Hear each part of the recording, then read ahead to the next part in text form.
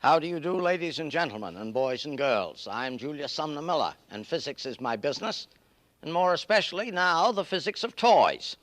And as you might guess, it is filled with enchantment for me.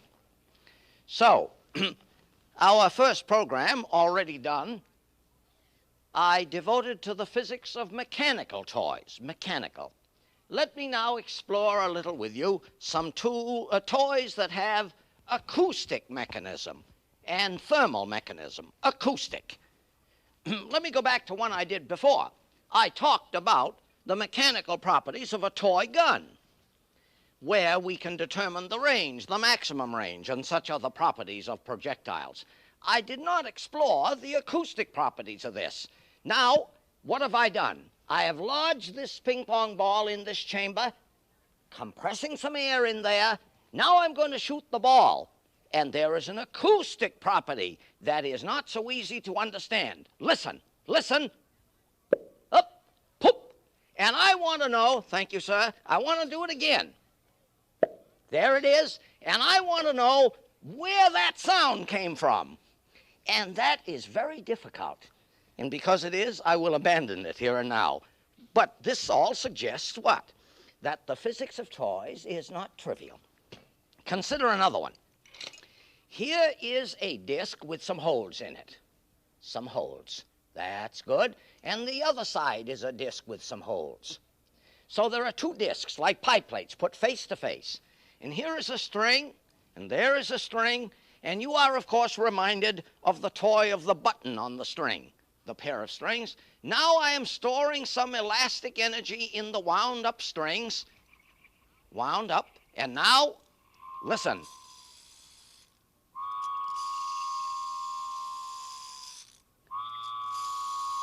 And I want to know where the sound comes from. But more important, watch the string. Watch the string now. Watch it. Watch it. Do you see? I'm going to do it again. Let me show you what was going on the string. Very wonderful thing. Here is the disc here with the holes, and there is a string, and there is a string, and here's what we saw. Here's what we saw.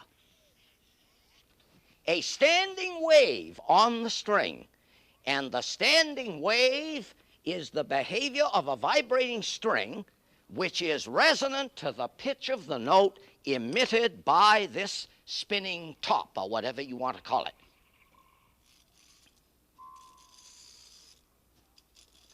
Now, I'm running out of steam there a little bit. So, consider another one of the same equivalent substance. This is two hemispheres put together with holes in them. But you will see they have a different pitch, a different frequency.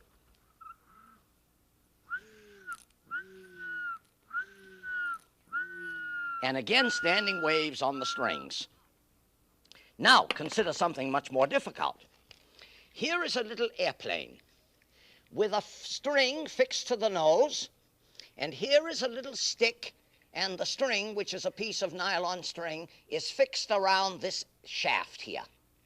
Now, I'm going to hold the string tight and turn the shaft, and you listen, listen.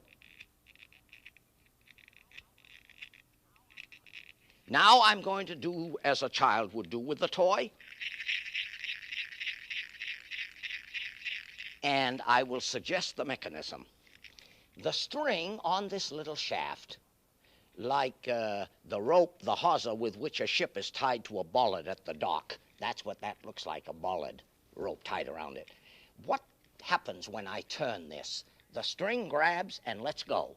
Grabs and lets go, which means that the nose of the plane is pulled so and pulled so and pulled so, quite like a violin bow grabbing the string and letting go, which is how a bow activates a string.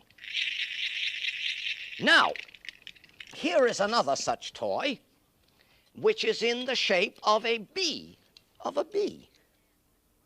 And this one has an empty chamber, a little chamber, empty. Correction, filled with air. Now, I view this chamber here as an open pipe of certain length, and it has a certain pitch. certain pitch. Now I'm going to close that pipe with a stopper. It is now a closed pipe of certain length, and it will certainly have a different pitch. Right. And so we could make a comparison between open pipes and closed pipes, say in an organ arrangement.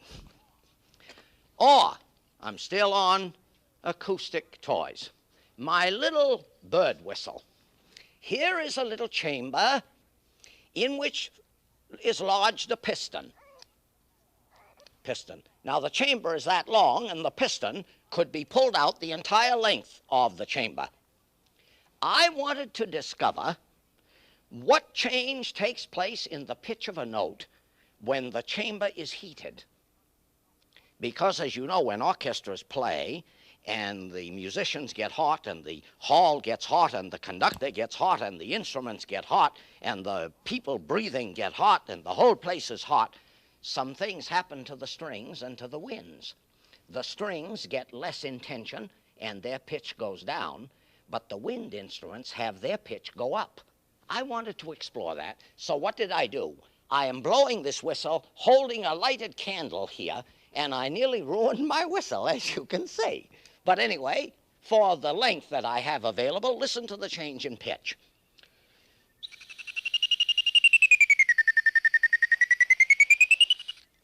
Change in pitch with change in length of air column.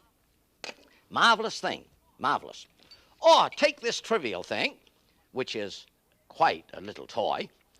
Various lengths of slabs of metal fixed at two places in a very special way. Here is a slab of metal fixed right there. Get a view of that right there. This is a xylophone, I suppose. And now when I excite this instrument, here's the way the member vibrates, its principal mode of vibration, and the length and the cross-section determines the pitch of the vibrating member.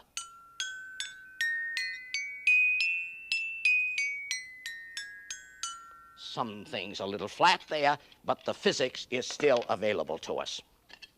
Or something quite essentially trivial. Here is a little figure in the shape of a frog, and it has a steel sliver here, and here is another quite like it, but you notice the difference in the sizes of the slivers. There is a wide one, there is a narrow one. Listen now to what emerges when I flex them.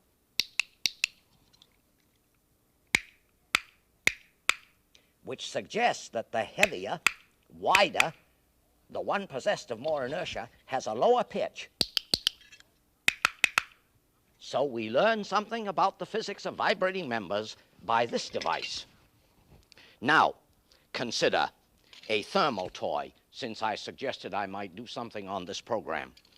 Here is a little shaft which is geared to a wheel, which turns a disc, and some scraping of a metal is done.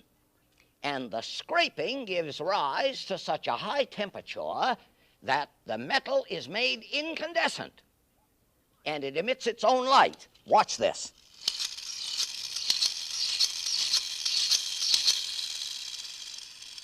Notice what is happening.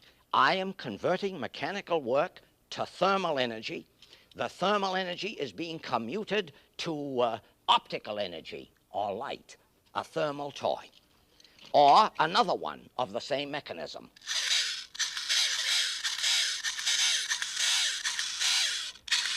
Oh, look at the fire spit out there. No, that isn't fire spitting out. That's a hot little piece of metal. So, question, what kind of metal could we possibly have that gets incandescent with so little work done, so very little work? Another acoustic toy, a pipe.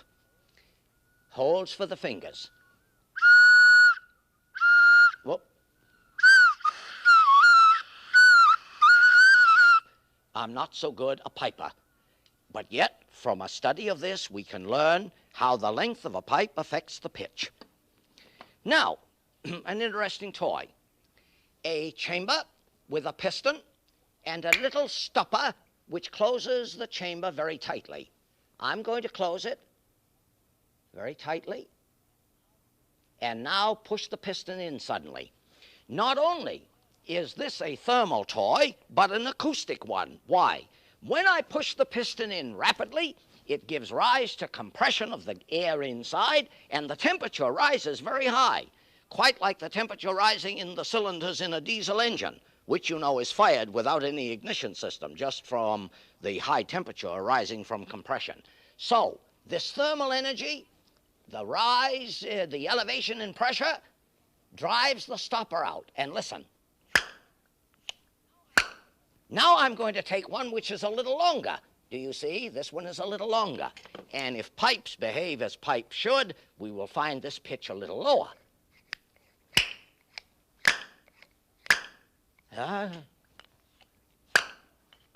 So, and finally, what we call this, what do you call this thing? An accordion. Yeah, an accordion. I'll not discuss the physics of it. It's a little too elaborate for the time I have here, but I have little levers which can open and close certain orifices, and watch me.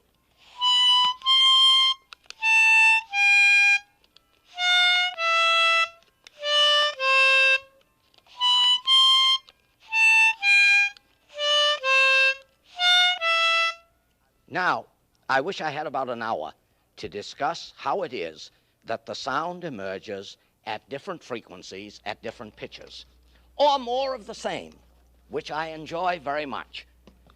Little chambers which have little diaphragms in them and holes here, and I turn this one upside down, and I turn that one upside down, and I turn this one upside down, and now I turn them right side up.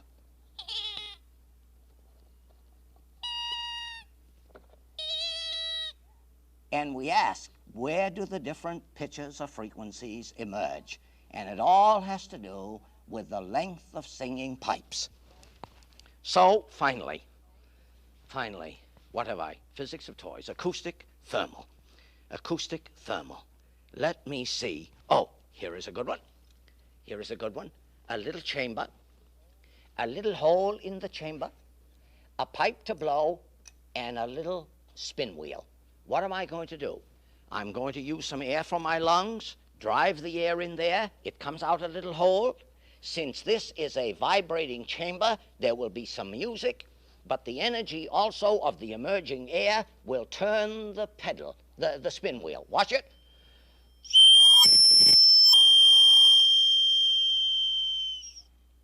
And the physics of this would take me a half an hour to explore, and I thank you for watching.